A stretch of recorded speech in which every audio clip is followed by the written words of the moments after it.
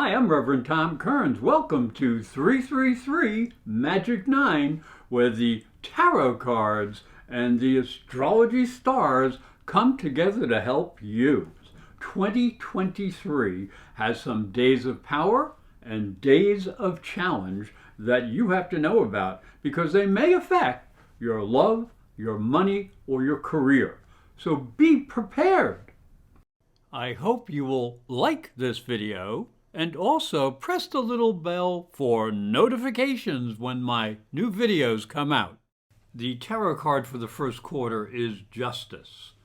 She sits on her throne and holds a sword in her hand, which can cut both ways. The scales she holds are perfectly balanced. Justice will be done. The card for the second quarter is the King of Wands. He is a powerful man of action. He has position and strength. This is a good time for a new adventure. The tarot card for the third quarter is the Five of Wands. A group of young men are sparring. It suggests obstacles and competition. But to win the game, you must master the game. The tarot card for the fourth quarter is the Nine of Pentacles. A successful woman stands in a lush garden. She holds a falcon. This is a good time to enjoy all the good things in life you deserve. Aquarius, the tarot card for the first quarter is Justice. Justice is the card of ultimate balance. The sword in her hand has the potential of cutting both ways. The scales are in perfect balance, suggesting a positive flow between the past and the future. As we stand on this precipice, we can see there are needed changes that should be made, but we can also see that some would pervert justice and turn the system to their advantage.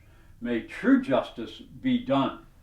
Now, as we look into the first quarter, the year begins with 4 planets in Capricorn and your 12th house. There's a great time to look at your psychological makeup and how you may be limiting yourself and change that.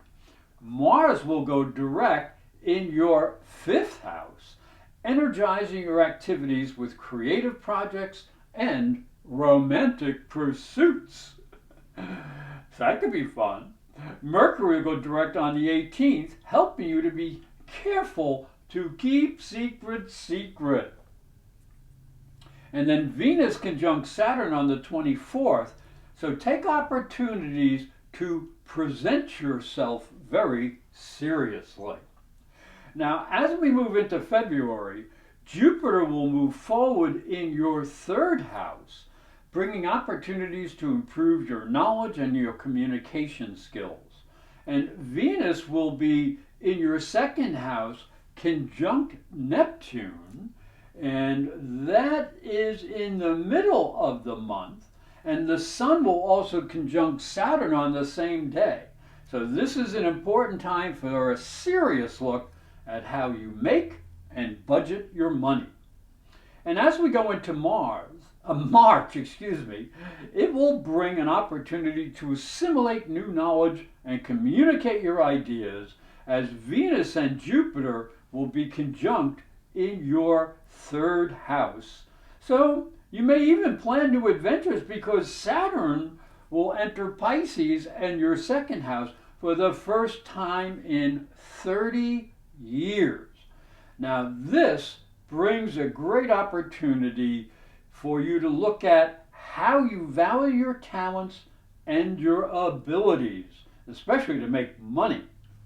So you must be willing to make changes so you can improve your finances. Now, Pluto will move into Aquarius, hinting at changes in your approach to the way you express yourself and your ideas. The tarot card for the second quarter is the King of Wands. He sits on a powerful throne and looks ready for action. This is a creative energy that represents a need to follow your vision and goals.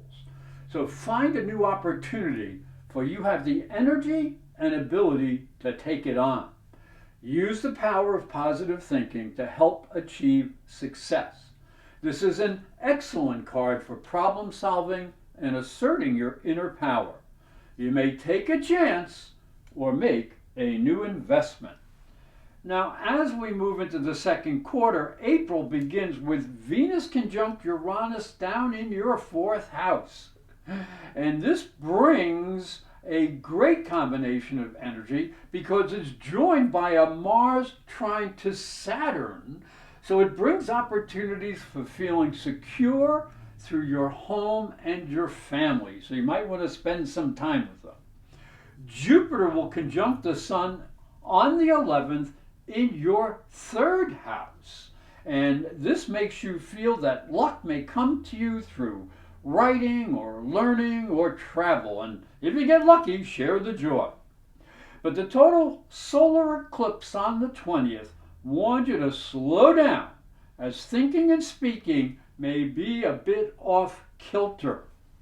Now, as we move into May, it starts with a powerful full moon, and it's building, and it warns you to stay out of conflicts between career and home and family issues. You may not understand how one affects the others. You will communicate with greater clarity after the 14th, as Mercury will go direct in your fourth house, and Jupiter enters Taurus, also your fourth house, on the 18th. And communications will help clear the air. June starts with a full moon, which can disrupt creative and social plans. So be a little bit careful with that. And then Mercury will conjunct Uranus, which brings unstable energy to family and career issues. So add to that a Saturn retrograde in your second house of money, and it may be time to adjust your values and find new ways of budgeting. And Venus will turn to your 12th house, and that asks you to review exactly how you can heal any deep emotional or spiritual wounds. The tarot card for the third quarter is the Five of Wands. It shows a number of men sparring with each other. This might not represent an actual battle, but rather a practice session. It represents maybe a competitive situation or some type of obstacle in the way of your success. You may have to make some adjustments so you can meet the challenges of life. If you're willing to learn, you may yet win the game. Now, as we look down into the astrology for the third quarter, July begins with a full moon in Mercury conjunct the Sun. And this will be in the sixth house. So you're going to have to separate feelings and logic, or there will be tension in your ability to find the quiet time that you need to reconsider how you handle work projects. And Mercury also Neptune begins the month retrograde in your second house. So you're again going to have to reconsider how you handle your talents and your money and resources. So control budgeting issues. And that will be especially true when Mars is in the 8th house in opposition to Saturn on the 21st. And Venus will go retrograde in your 7th house on the 22nd.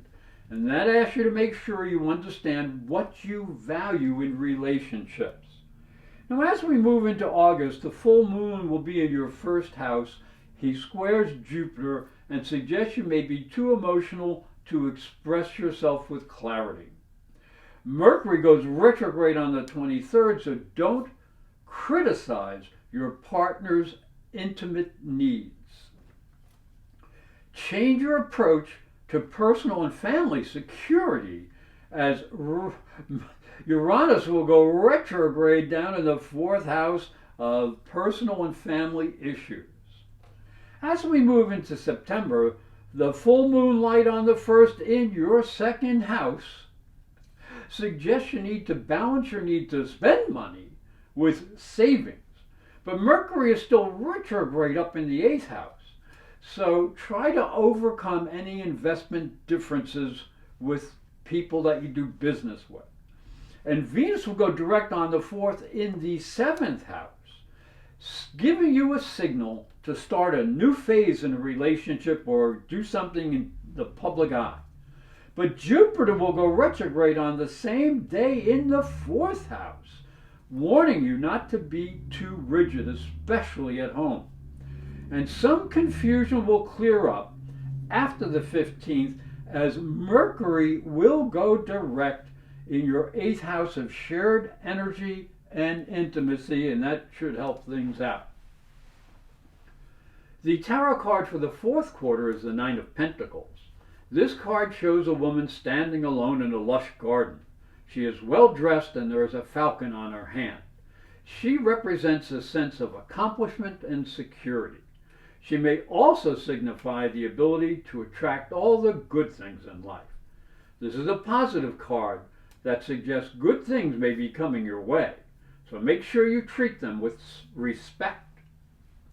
As we look at the 4th quarter, October begins with confusion in the air and a sense of conflict, because Mercury will be in opposition to Neptune in your 2nd house, warning you to focus on a sensible budget. And Mars up in the 9th house makes 3 major aspects which warn you to control friction in any travel or communications. The Sun in the 10th also will make 3 major aspects mid-month, asking you to be aware of your need to keep your ambitions in focus. And as the month ends, Pluto in the 12th will go direct, changing the course of your need to understand your self-limitations and maybe get rid of them. And Mars will end the month asking you to be aware of your family responsibilities and how they may disrupt your career responsibilities. November starts with 3 powerful oppositions, pitting your need for personal integrity against your need to cooperate in career issues. So balance those energies out. And Mars will be up in the 11th and very active. So you'll have to know when to focus on social issues, as both the Sun and Mars will square Saturn in the 2nd house of financial concerns. So watch your budget.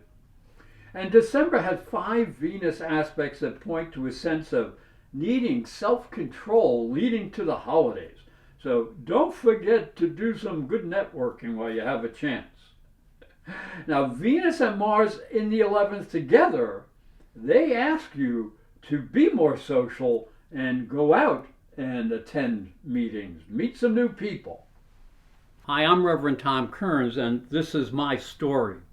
If you are a spiritual seeker, it may help you on your journey. I believe your spiritual development is as important as your religion. If you look at Christianity, it focuses on the life of Jesus. But Jesus was never a Christian. He was Jewish. If this thought intrigues you, you'll enjoy my new book, Light from Water, Freeing Jesus. It's available on Amazon.com and through fine bookstores. And it may help you on your spiritual journey. Thank you for watching. Thank you for listening. Please like this video, subscribe, and ring the little bell to be notified when new videos come out. And if you'd like to arrange a private psychic and spiritual reading with astrology, just go to my website, internetpsychicreadings.com or professorastrology.com.